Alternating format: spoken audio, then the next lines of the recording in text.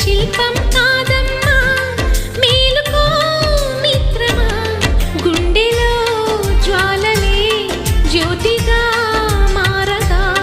చీకటి దారిగా వేకువే చేర